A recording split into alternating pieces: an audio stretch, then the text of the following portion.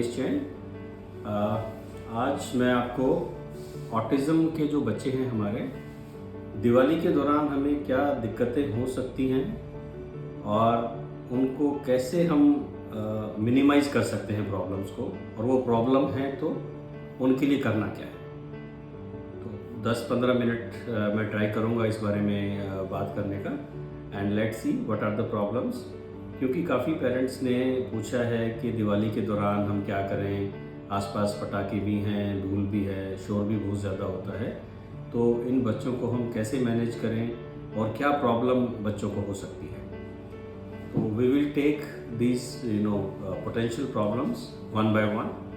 सबसे पहले दिवाली पे जो शोर-गुल की बात करते हैं, आवाज़ की बात करते हैं, पटाखे वगैरह हैं, वैसे भी कई जगह म्यूज़िक भी, पार्टियाँ खूब चल रही हैं आजकल, कहीं जगराता है, कहीं वैसे पार्टी चल रही है, सोसाइटी के अंदर पार्टी चल रही है, लाउड म्यूज़िक चल रहा है, डांस वगैरह है, dandiya classes, so many things.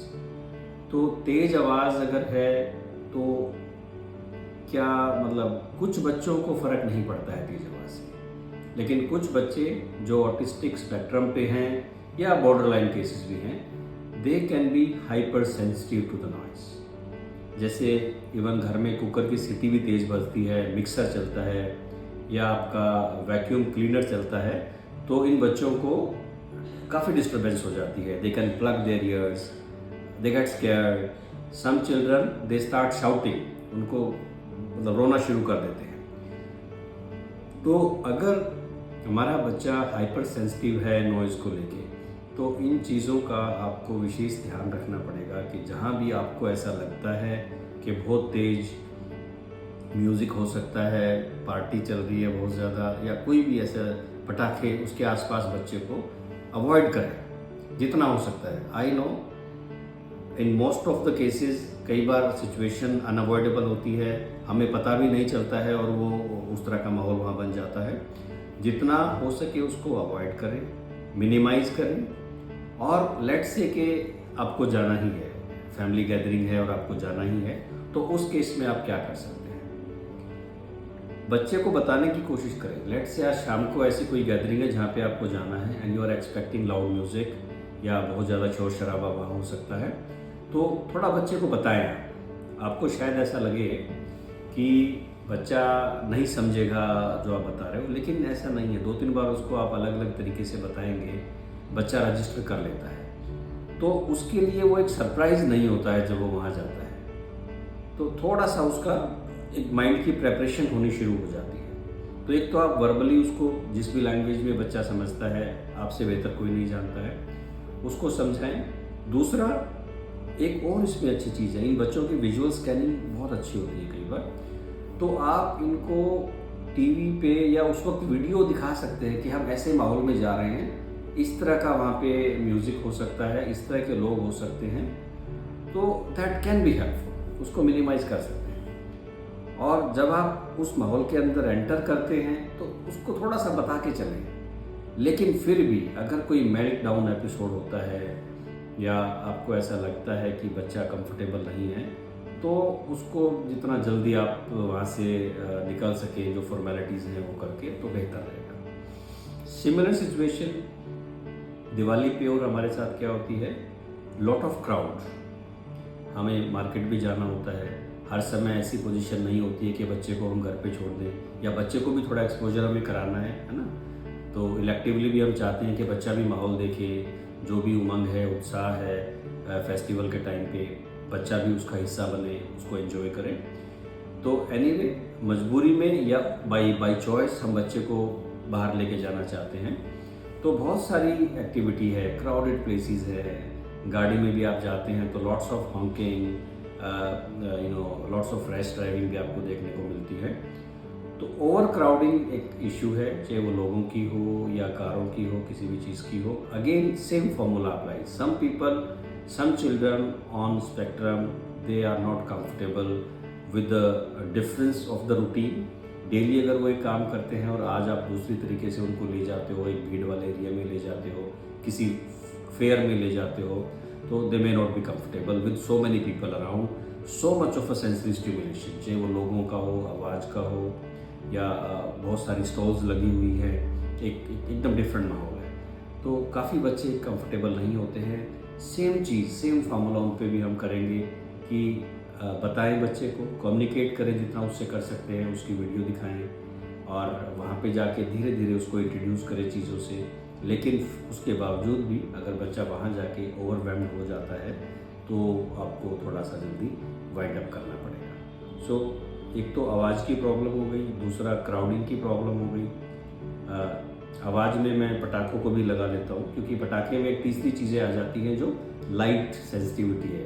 काफ़ी बच्चे जो हैं लाइट से कईयों को फ़र्क नहीं पड़ता है। कुछ बच्चे, अगर आप फ्लैशिंग लाइट्स या पटाखे जैसी जो चिंगारियाँ निकलती हैं उन लाइट से भी कंफर्टेबल नहीं होते हैं, तो वो चीज़ें भी आपको ध्यान में रखनी है।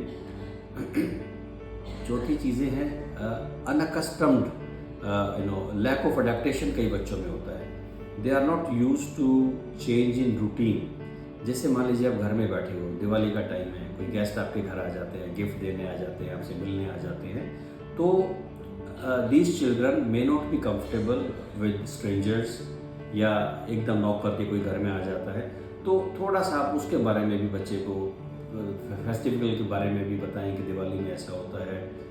लेकिन you will be surprise to know कि आपको बेशक ऐसा लगे कि नहीं, बताने का फ़ायदा नहीं है कुछ बच्चों को, लेकिन बच्चे रजिस्टर करते हैं। आप उनको खुद भी स्टोरी बता सकते हैं, थोड़ा सा टीवी के माध्यम से भी, या आजकल बड़ी अच्छी पिक्टोरियल बुक्स आती हैं, उनके माध्यम से भी आप बता सकते हैं कि दिवाली में क्या होता है, क्या दिवाली के पीछे की कहानी है, दिए क्यों जलाते हैं लोग, पटाखे क्यों जलाते हैं।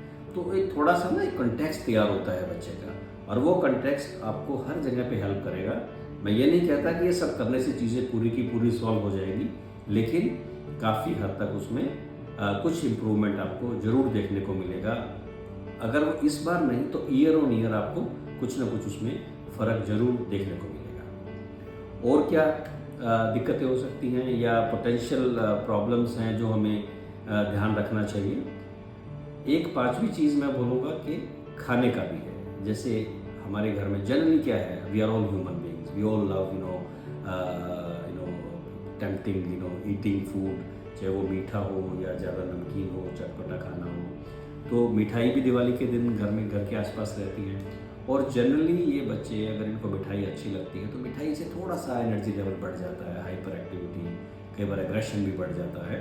तो वो थोड़ा सा आपको ध्यान रखना है कि स्वीट्स का भी एक्सेस जो है बहुत ईजी ना हो, है ना, वो भी लिमिटेड में खाने पीने का आप ध्यान रखें, और थोड़ा सा हेल्दी ईटिंग की तरफ ध्यान दें, क्योंकि ये बड़ा इजी है कि हम लोग भी खाते हैं। देखो, इतना हमारे लिए बोलना बड़ा आसान है, लेकिन उसको इम्प्लीमेंट करना, एग्जीक्यूट करना बच्चों के लिए इट इज़ डिफ़िकल्ट एक्चुअली। मैं एक अगर लड्डू खा रहा हूँ और बच्चे को मना करूँ तो it is not possible, it is not going to work out. तो वो थोड़ा सा जनरली हमें पूरे जो हमारी फैमिली का कल्चर है उस पर ध्यान रखना है, ताकि वो उस तरह के जो आइटम्स हैं वो डाइनिंग टेबल पे ना हो। थोड़ा सा उनको हम मतलब कबर्ड में ध्यान से रखें, कोई गेस्ट वगैरह है या हमें खाना है तो उसको बस सेलेक्टिवली यूज़ करें। मैं ये नहीं कह रहा हूँ कि आप बिल्कुल मिठाई वगैरह मत खाएं, लेकिन थोड़ा सा उसको रेस्ट्रेन करें उस चीज़ को। तो ये कुछ पोटेंशियल इश्यूज़ हैं। और छठी चीज़ मैं आपको बोलूँगा कि एपिलेप्सी एक बहुत कॉमन प्रॉब्लम है जो ऑटिज़म के बच्चे हैं उनके अंदर 20 से 30% बच्चे हैं जिनको मिर्गी आ सकती है या जिनको ऑलरेडी मिर्गी है। तो आपको बेहतर मालूम है कि आपके बच्चे की पोजीशन क्या है। अगर मिर्गी आती है तो भी इन सब चीज़ों से, कई बार पटाखों की बहुत तेज आवाज़ होती है, उससे भी, लाइट देखने से भी कई बार हो जाता है, depending upon if you child has epilepsy. और कई बार जैसे नींद डिस्टर्ब हो जाती है इन बच्चों की, रूटीन डिस्टर्ब हो गया, नींद डिस्टर्ब हो गई है, तो उसके कारण से भी आपको एपिलेप्सी का प्रॉब्लम हो सकता है। तो इन चीज़ों का भी आपको ध्यान रखना है। स्लीपिंग का, ईटिंग बिहेवियर का, जैसे मैंने आपको बताया, it is very very important. और पहले तो जनरल बिहेवियर वाले अरेंजमेंट से हम कोशिश करते हैं बच्चों को मेडिकलाइज नहीं करते हैं ज़्यादा, ना ही हम अननेसेसरी की दवा देना चाहते हैं। लेकिन ये सब करने के बावजूद भी अगर आपको ऐसा लगता है कि पानी सर के ऊपर से जा रहा है तो फिर हमें मेडिसिन की हेल्प लेनी पड़ सकती है, चाहे वो बिहेवियर प्रॉब्लम्स के लिए हो या वो मान लीजिए एपिलेप्सी का अटैक अगर आ जाता है उसके लिए तो है ही मेडिसिन। एपिलेप्सी को हम और किसी तरीके से मैनेज नहीं करना चाहेंगे। फर्स्ट एड के बाद definitely we need to give medicine if epileptic attack is there. तो ये सब चीज़ें हैं जिनका हमें ध्यान रखना है। और भी खैर बहुत सारी चीज़ें हैं। अगर कोई प्रॉब्लम अगर आता है तो डोंट हेजिटेट, आपके पास नंबर है मेरे कोऑर्डिनेटर का, उनसे आप बात कर सकते हैं और ज़रूरत हो तो वैसे भी आपकी बात करा देगा। होपफुली इस वीडियो में मैंने ये मैसेज दिया है क्लियर कट कि दिवाली पे किस किस चीज़ों का आपने ध्यान रखना है और कैसे हम उनको थोड़ा मिनिमाइज़ कर सकते हैं, और पानी सर से ऊपर जाता है तो हमें मेडिसिन की ज़रूरत पड़ सकती है। Thank you very much, wish you a very very happy Diwali. Thank you.